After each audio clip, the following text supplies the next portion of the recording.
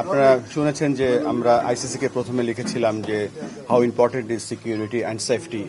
আমাদের স্কোপ আছে হচ্ছে খেলোয়াড়দের দেখা, কিন্তু খেলোয়াড়ের বাইরে যে বড় একটা জনগোষ্ঠী আছে, আমাদের সাংবাদিকরা আছেন, আমাদের ক্রিকেট স্পন্সররা আছেন, আমাদের ক্রিকেটের লাভাররা আছেন, অনেক খেলা দেখতে যাবে, সমস্ত সিকিউরিটি তো ক্রিকেট বোর্ডের পক্ষে দেওয়া বা জিজ্ঞেস করা সম্ভব নয়। এই জন্য আমরা সরকারের নির্দেশনা নিচ্ছি, কারণ আপনারা জানেন যে আমাদের যে কোনো বিদেশ ট্রিপে যাওয়ার সময় আমাদের গভর্নমেন্ট অর্ডার লাগে।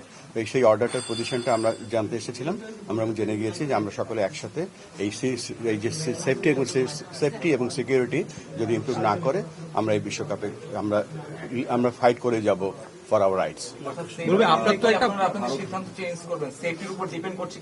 সম্পূর্ণ না, এটা তো আমরা তো একটা ভ্যালিড রিজন নিয়ে কথা বলছি বা আমরা রেজ করছি। আমরা তো এতগুলো বিশ্বকাপ খেলেছি, কখনো এই ধরনের কথা বলিনি। আমাদের কাছে মনে হচ্ছে তাই আমরা এটা রেজ করেছি স্ট্রংলি। আইসিসি যদি বলে যে না আপনাদের এখানেই খেলতে হবে, তখন আপনারা সিদ্ধান্ত পরিবর্তন করবেন কিনা? না, আইসিসিকে আমরা বোঝাবো, আমাদের মন্ত্রী মহোদয় যেভাবে বলে গেলেন আমরা বোঝাবো। কেননা দেখেন, পূর্বেও কিন্তু সিকিউরিটির কারণে বিভিন্ন এই ধরনের ইভেন্ট হয়েছে এবং আপনারা জানেন যে হাইব্রিড বিশ্বকাপ যে হচ্ছে সেটার মূল কারণটাই কিন্তু সিকিউরিটি। সো আমরা আশা করছি যে আমরা যে আমাদের রিজনগুলো আছে সেগুলো আমরা এস্টাবলিশ করতে পারবো। এখানে তো অন্য আরো দেশ খেলতে যাবে, তো তাদের নিরাপত্তার বিষয়টিও চলে আসবে নিশ্চয়ই। তারা যদি কমপ্লেন না করে আমাদের কমপ্লেনটা টিকবে কিনা, আপনি কি মনে করছেন? না, আমরা তো ভ্যালিড রিজন নিয়ে কথা বলছি।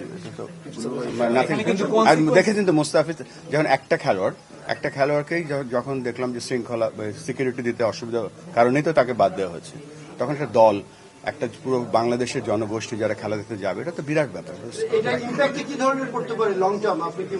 লং টার্ম না, আমরা দেখেন আমাদের জাতীয় দল তৈরি করছি। আমরা আপনারা জানেন যে আমাদের টিম স্কোয়াড ঘোষণা করে দেওয়া হয়েছে। আমাদের কিন্তু এই বিপিএলটা অনুষ্ঠিত হচ্ছে, কিন্তু ওয়ান অফ দ্য রিজন যে টি-20 ফরম্যাটে আমাদের টিমটা যেন ইউজ টু হয়, সবকিছু আমাদের দিক থেকে আমরা প্রস্তুতি রাখছি। সো আমাদের এখানে কোনো ছাড় নেই।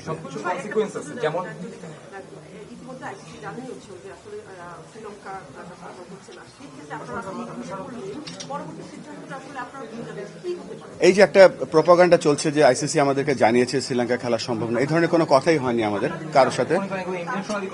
আমি জানি না, এটা একটা প্রোপাগান্ডা আমি বলবো, ফলস নিউজ। কেননা এখনো আইসিসির সাথে আমাদের যোগাযোগ হয়েছে একটা, আমরা তাদেরকে জানিয়েছি, তারা আমাদের থেকে জানতে চাইছে কি কি ইস্যু, তা আমরা এখন কি কি ইস্যু সেগুলো লিখে পাঠাবো।